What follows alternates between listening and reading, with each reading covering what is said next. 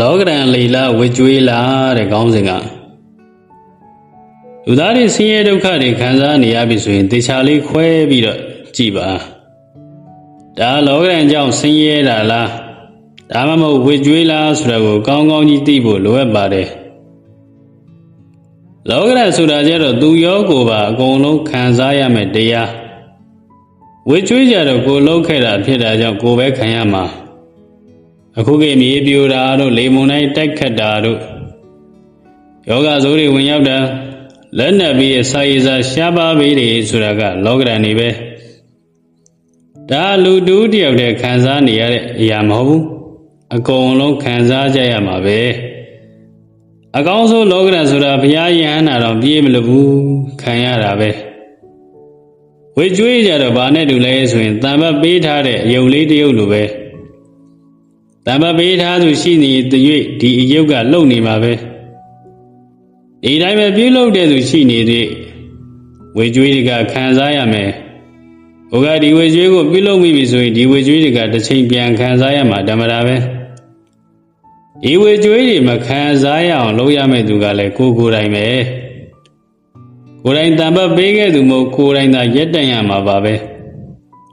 တချို့လူတွေကငါကြမှာဒီလောက်ဘာလို့ခံရတာလဲငါကြမှာဘာလို့ဖြစ်ရတာလဲလို့ပြောတတ်ကြတယ်နော်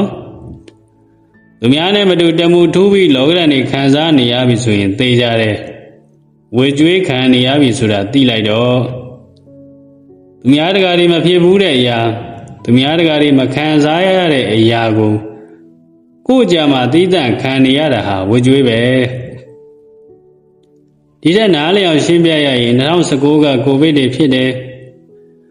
လူတွေသိကြရတယ်ဒါဟာလောကရန်ပဲ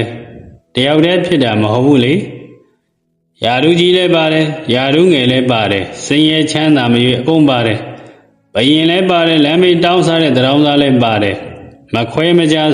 ခံစားရတာဟာလောကရန်လို့ခေါ်တယ်ဝေကျွေးကြတော့အဲ့လိုမဟုတ်တော့ဘူးအိမ်တွေအများကြီးရှိတဲ့ထဲမှာမှမီးလောင်တာကိုယ့်အိမ်ပဲလောင်သွားတာမျိုးလူတွေအများကြီးလမ်းလျှောက်နေတာကိုကားကကိုယ့်ကိုယ်ပဲကွက်ပြီးတိုက်ချသွားတာမျိုးလူတိုင်းစီးပွားရေးတွေလုပ်တယ်လုပ်တာချင်းတူကိုထလုံးမှစီးပွားရေးတွေအကုန်ပျက်စီးရတာမျိုးတွေရေကူးတာချင်းတူကိုတယောက်တည်းရေနစ်ပြီးတရားတဲ့အဖြစ်မျိုးတွေကဝေကျွေးတွေပဲ